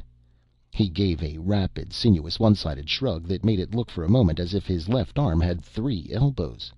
It stuck in Gunderson's mind, for he had never seen Fay use such a gesture, and he wondered where he'd picked it up. Maybe imitating a double-jointed microfinance chief. Fay yawned again and said, "Please, Gussie, don't disturb me for a minute or so." His eyes half closed. Gusterson studied Fay's sunken-cheeked face and the great puff of his shoulder cape. "Say, Fay," he asked in a soft voice after about 5 minutes, are you meditating?" "Why, no," Fay responded, starting up and then stifling another yawn. "Just resting a bit. I seem to get more tired these days, somehow. You'll have to excuse me, Gussie, but what made you think of meditation?" "Oh, I just got to wondering in that direction," Gusterson said. "You see, when you first started to develop Tickler, it occurred to me that there was one thing about it that might be real good, even if you did give it S&DM elements. It's this: having a mech secretary to take charge of his obligations and routines in the real world might allow a man to slide into the other world, the world of thoughts and feelings and intuitions, and sort of ooze around in there and accomplish things. Know any of the people using Tickler that way, eh?" "Of course not," Fay denied with a bright, incredulous laugh. "Who'd want to loaf around in an imaginary world and take a chance of missing out on what his Tickler's doing? I mean, on what his Tickler has in store for him. What he's told his Tickler to have in store for him." Ignoring Gusterson's shiver, Fay straightened up and seemed to brisken himself. "That little slump did me good. A Tickler makes you rest, you know. It's one of the great things about it. Pooh-Bah's kinder to me than I ever was to myself." He buttoned open a tiny refrigerator and took out 2 waxed cardboard cubes and handed one to Gusterson. "Martini? Hope you don't mind drinking it from the carton. Cheers. Now, Gussie, old pal, there are 2 matters I want to take up with you." "Hold it." Gusterson said with something of his old authority. "There's something I got to get off my mind first." He pulled the typed pages out of his inside pocket and straightened them. "I told you about these," he said. "I want you to read them before you do anything else. Here." Fay looked toward the pages and nodded, but did not take them yet. He lifted his hands to his throat and unhooked the clasp of his cape, then hesitated. "You wear that thing to hide the hump your tickler makes," Gusterson filled in. "You got better taste than those other moles." "Not to hide it exactly," Fay protested, "but just so the others won't be jealous. I wouldn't feel comfortable parading a free scanning decision capable Mark 6 tickler in front of people who can't buy it until it goes on open sale at 22:15 tonight. Lot of shelter folk won't be sleeping tonight. They'll be queued up to trade in their old tickler for a Mark 6 almost as good as Pooh Bah." He started to jerk his hands apart, hesitated again with an oddly apprehensive look at the big man, then whirled off the cape. Chapter 6. Gusterson sucked in such a big gasp that he hiccuped. The right shoulder of Fay's jacket and shirt had been cut away. Thrusting up through the neatly hemmed hole was a silvery gray hump with a one-eyed turret atop it and two multi-jointed metal arms ending in little claws. It looked like the top half of a pseudoscience robot, a squat, evil child robot, Gusterson told himself, which had lost its legs in a railway accident, and it seemed to him that a red fleck was moving around imperceptibly in the huge single eye. "I'll take that memo now," Fay said coolly, reaching out his hand. He caught the rustling sheets as they slipped from Gusterson's fingers, evened them up very precisely by tapping them on his knee, and then handed them over his shoulder to his tickler, which clicked its claws around either margin and then began rather swiftly to lift the top sheet past its single eye at a distance of about 6 inches. "The first matter I want to take up with you, Gussie," Fay began, paying no attention whatsoever to the little scene on his shoulder, "or warn you about, rather, is the imminent ticklerization of schoolchildren, geriatrics, convicts, and topsiders. At 3:00 tomorrow, ticklers become mandatory for all adult shelter folk. The mop-up operations won't be long in coming. In fact, these days we find that the square root of the estimated time of a new development is generally the best time estimate. Gussie, I strongly advise you to start wearing a tickler now, and Daisy and your moppets. If you heed my advice, your kids will have the jump on your class. Transition and conditioning are easy, since tickler itself sees to it." Pooh Bah leafed the first page to the back of the packet and began lifting the second page past his eye, a little more swiftly than the first. "I've got a Mark 6 tickler all warmed up for you," Fay pressed, "and a shoulder cape. You won't feel one bit conspicuous." He noticed the direction of Gusterson's gaze and remarked, "Fascinating mechanism, isn't it? Of course, 28 pounds are a bit oppressive, but then you have to remember it's only a way station to free-floating Mark 7 or 8. Pooh Bah finished page 2 and began to race through page 3. "But I wanted you to read it," Gusterson said bemusedly, staring. "Pooh Bah will do a better job than I could," Fay assured him. "Get the gist without losing the chaff."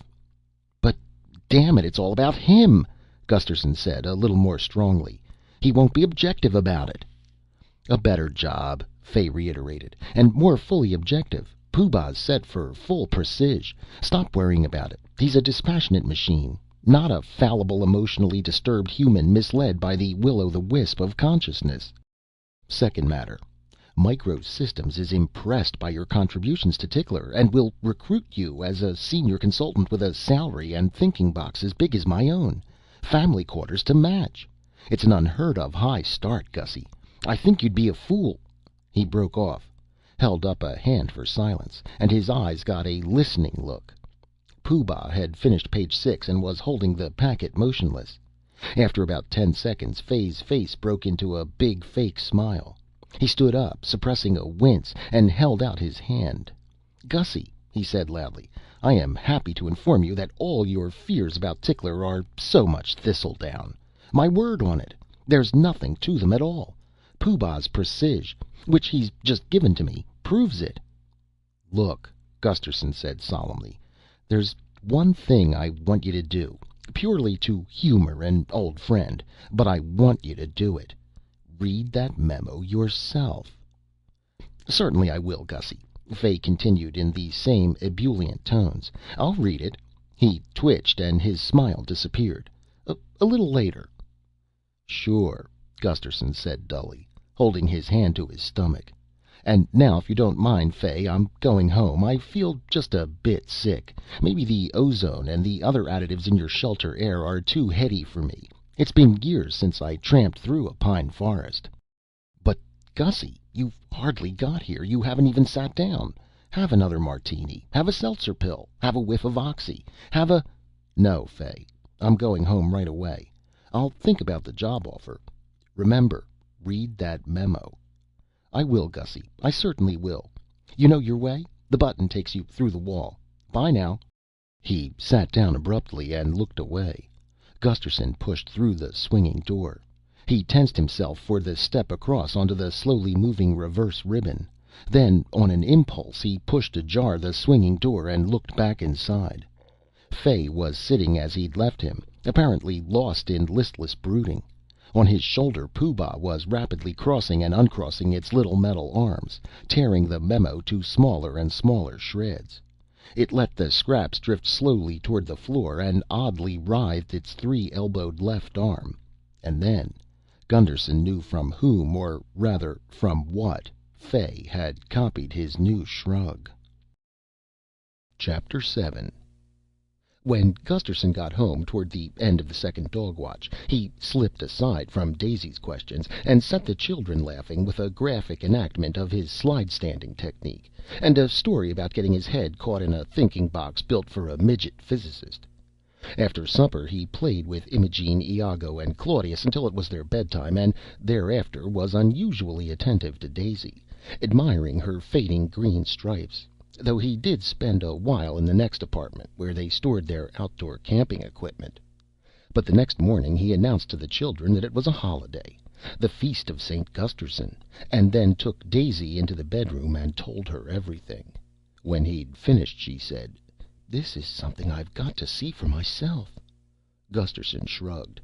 "If you think you've got to, I say we should head for the hills right now. One thing I'm standing on: the kids aren't going back to school." "Agreed," Daisy said. "But, Gusterson, we've lived through a lot of things without leaving home altogether. We lived through the Everybody 6 Feet Underground by Christmas campaign, and the robot watchdog craze when you got your left foot half chewed off. We lived through the venomous bats, and the indoctrinated saboteur rats, and the hypnotized monkey paratrooper scares.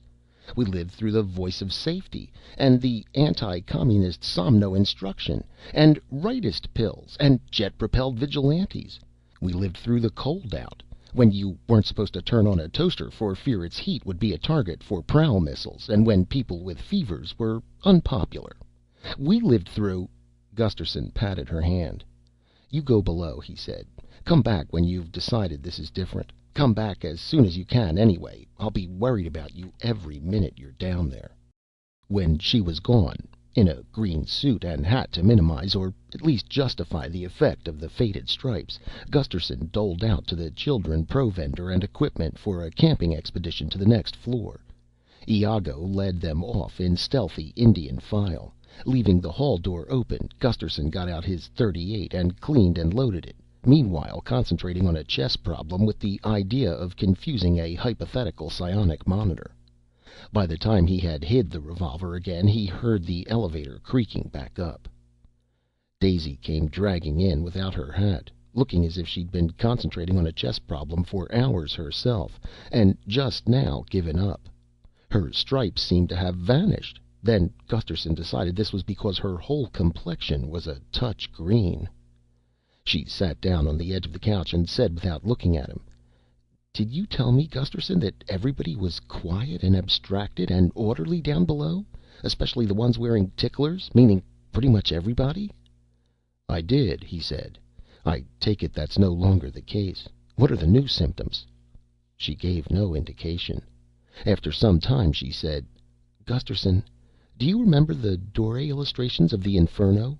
Can you visualize the paintings of Hieronymus Bosch with the hordes of proto-Freudian devils tormenting people all over the farmyard and city square?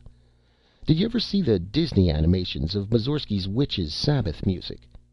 Back in the foolish days before you married me, did that drug addict girlfriend of yours ever take you to a genuine orgy? As bad as that, eh? She nodded emphatically, and all of a sudden shivered violently. Several shades worse, she said. If they decide to come topside. She shot up.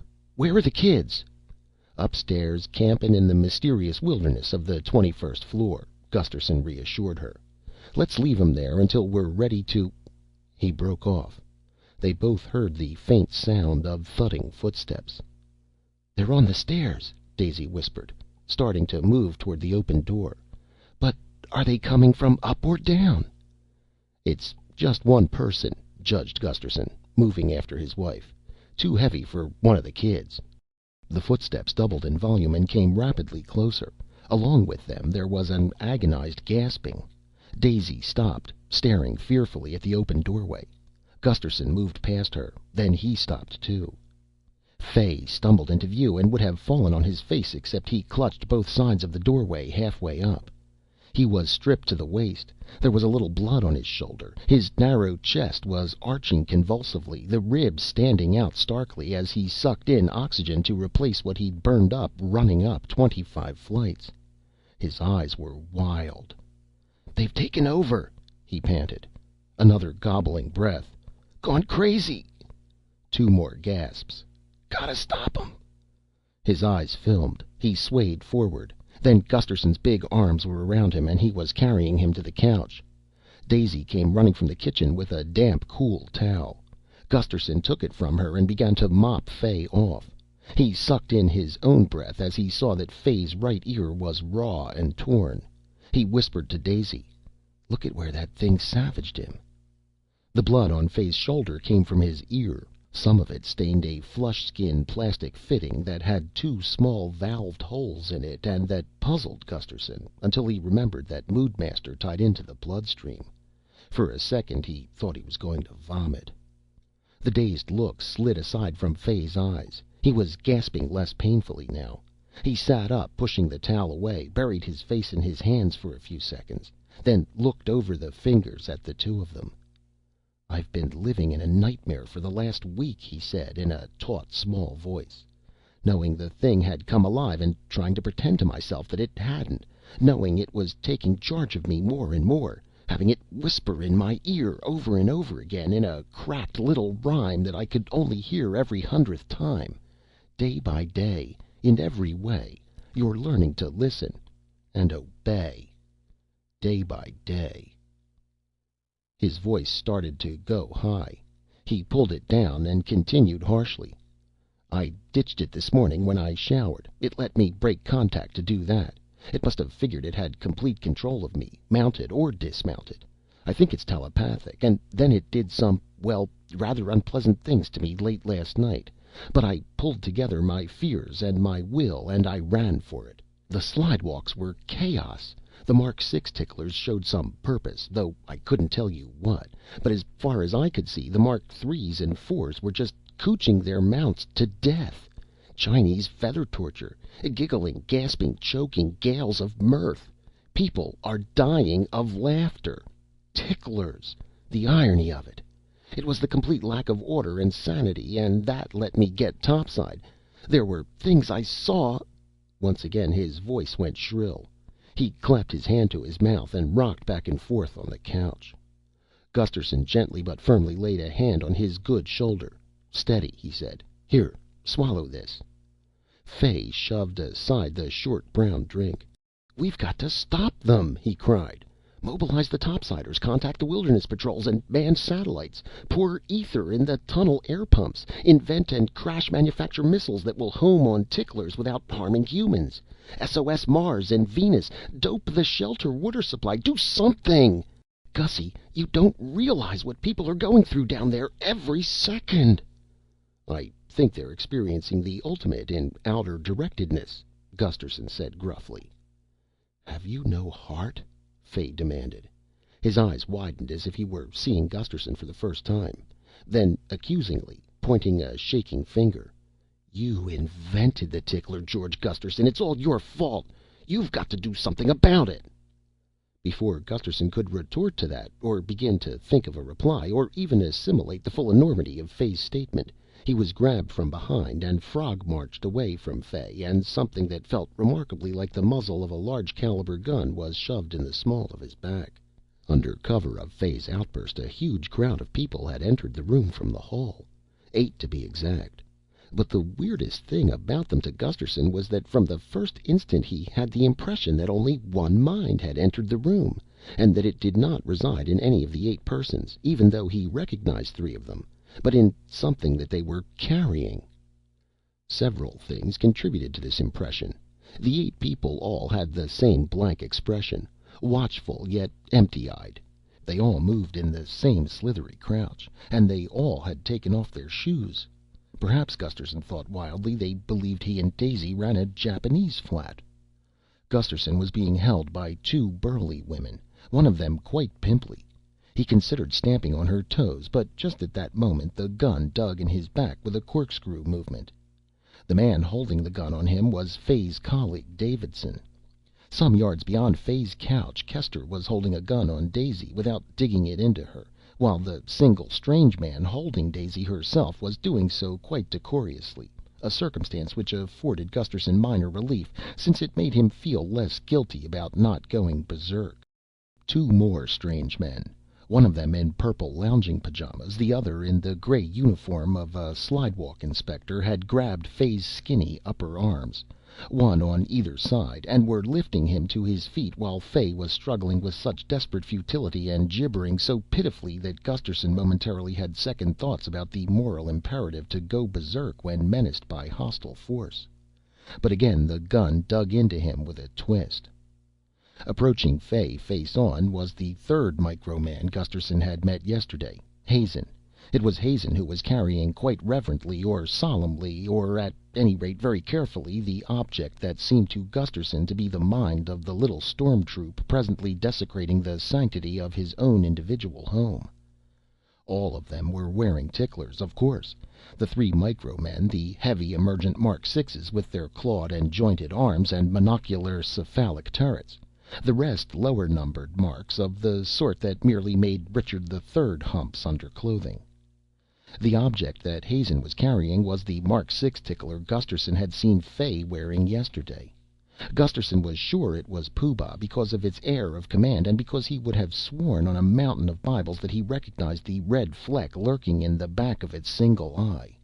And Pooh Bah alone had the aura of full conscious thought. Pooh Bah alone had mana.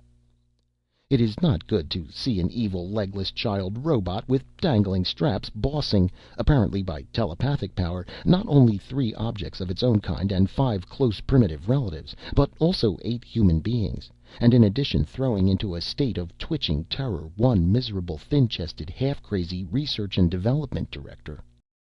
Pooh Bah pointed a claw at Fay.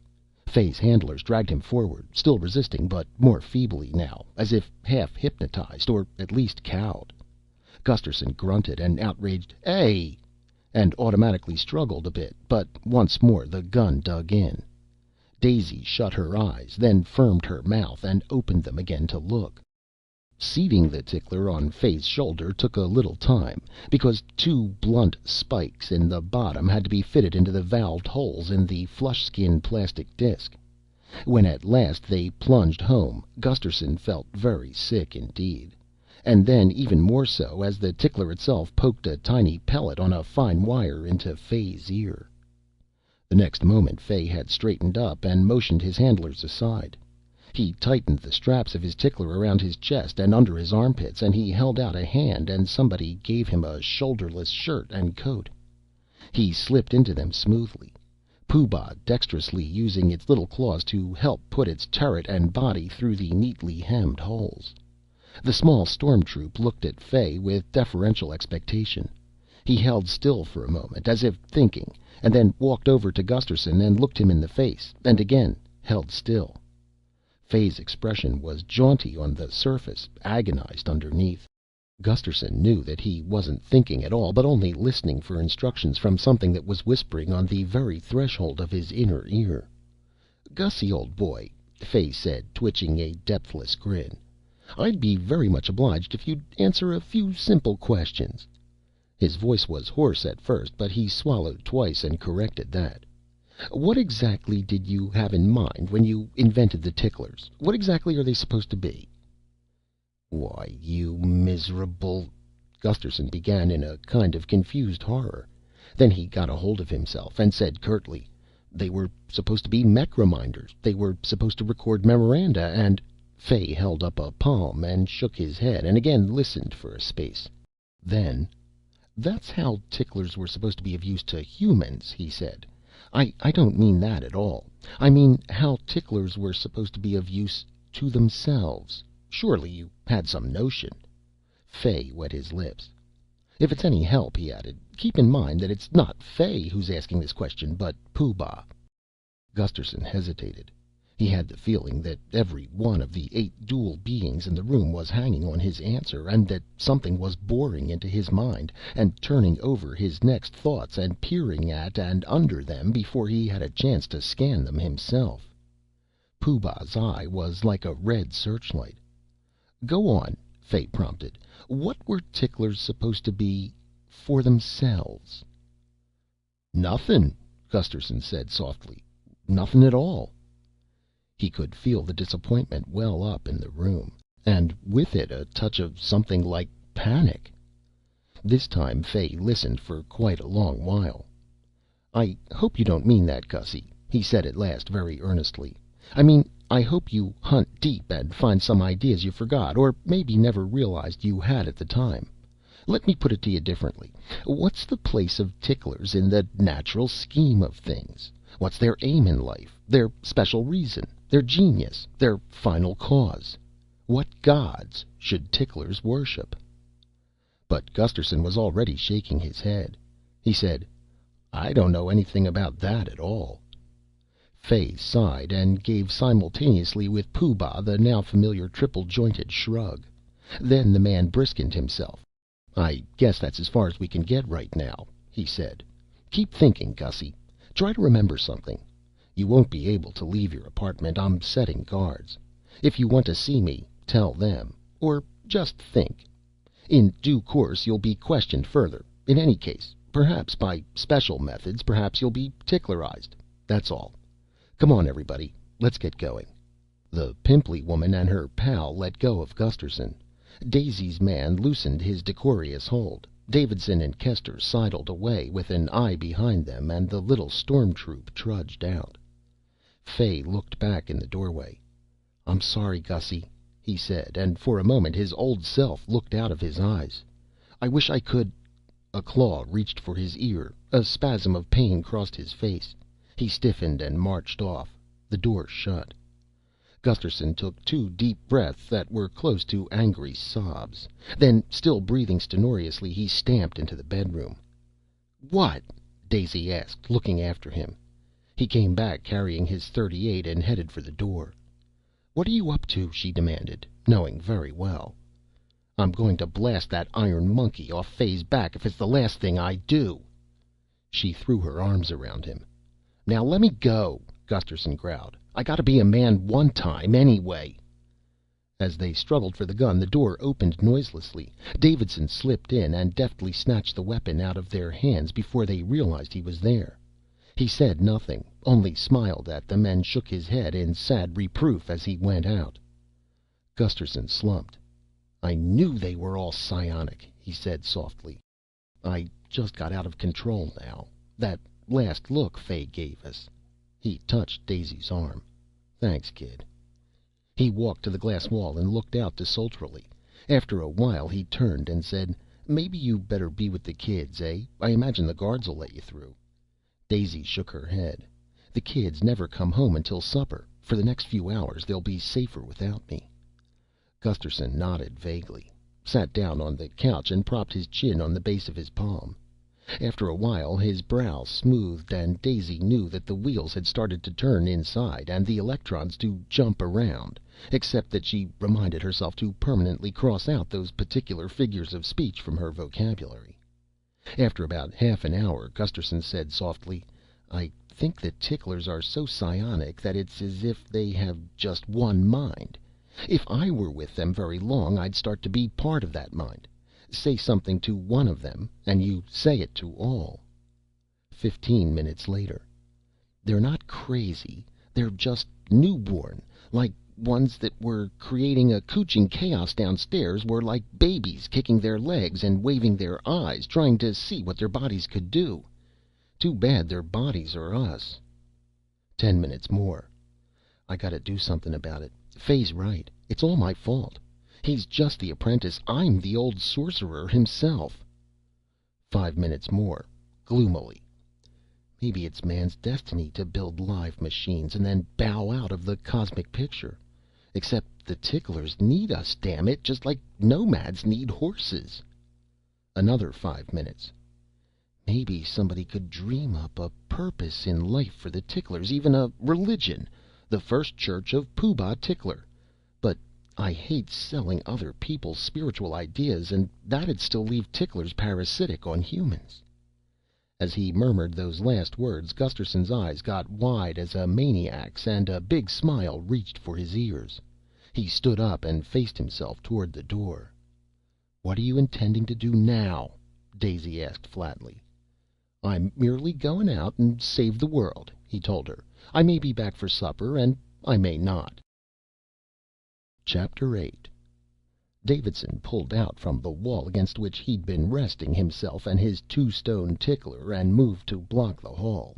But Gusterson simply walked up to him. He shook his hand warmly and looked his tickler full in the eye and said in a ringing voice, "Ticklers should have bodies of their own." He paused and then added casually, "Come on, let's visit your boss." Davidson listened for instructions and then nodded, but he watched Gusterson warily as they walked down the hall.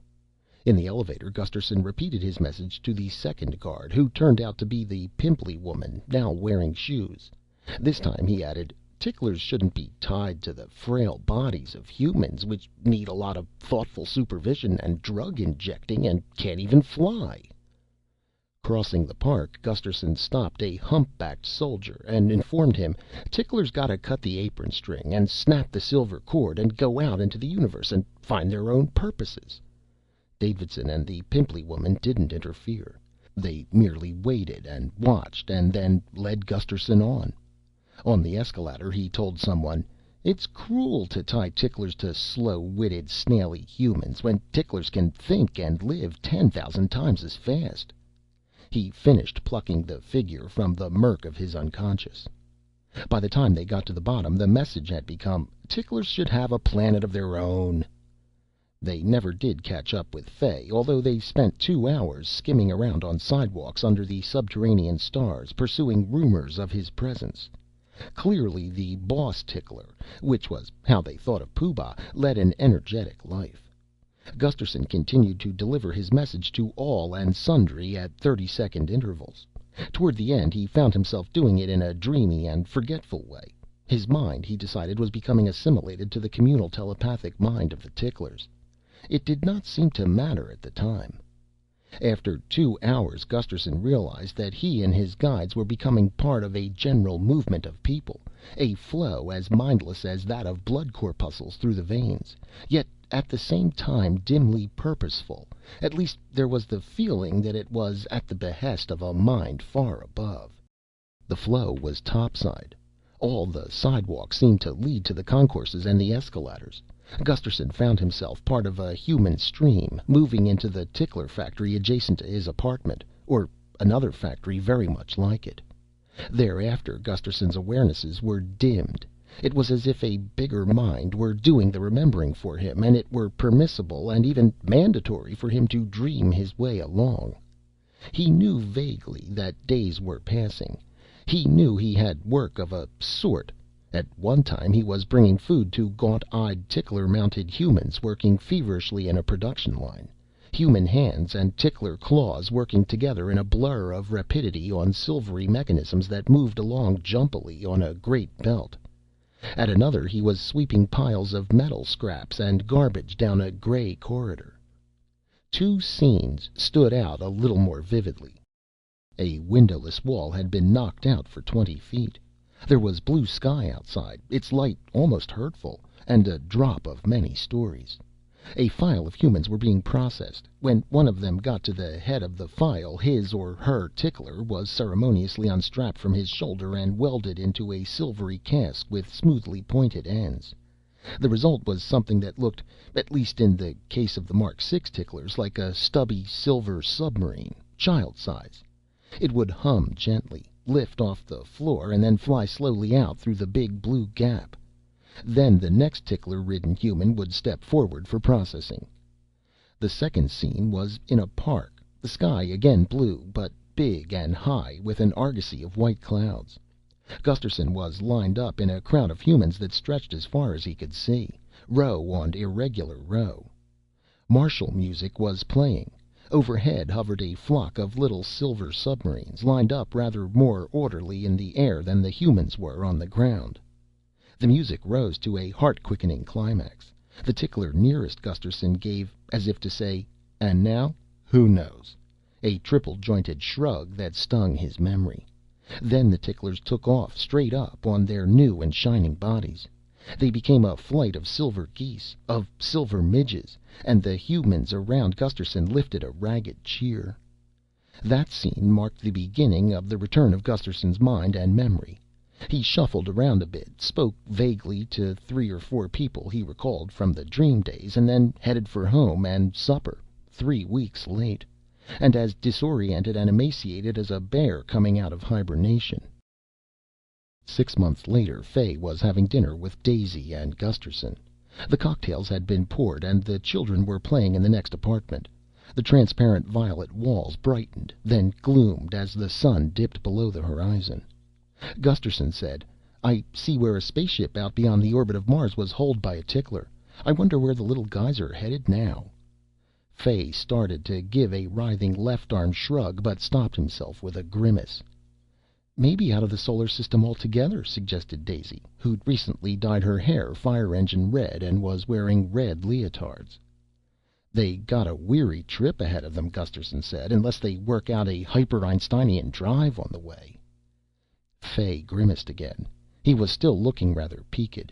He said plaintively, "Haven't we heard enough about ticklers for a while?"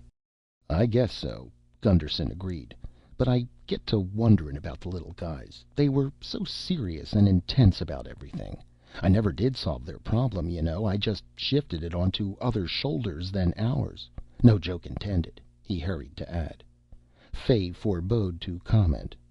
"By the way, Gussie," he said, "have you heard anything from the Red Cross about that world-saving medal I nominated you for?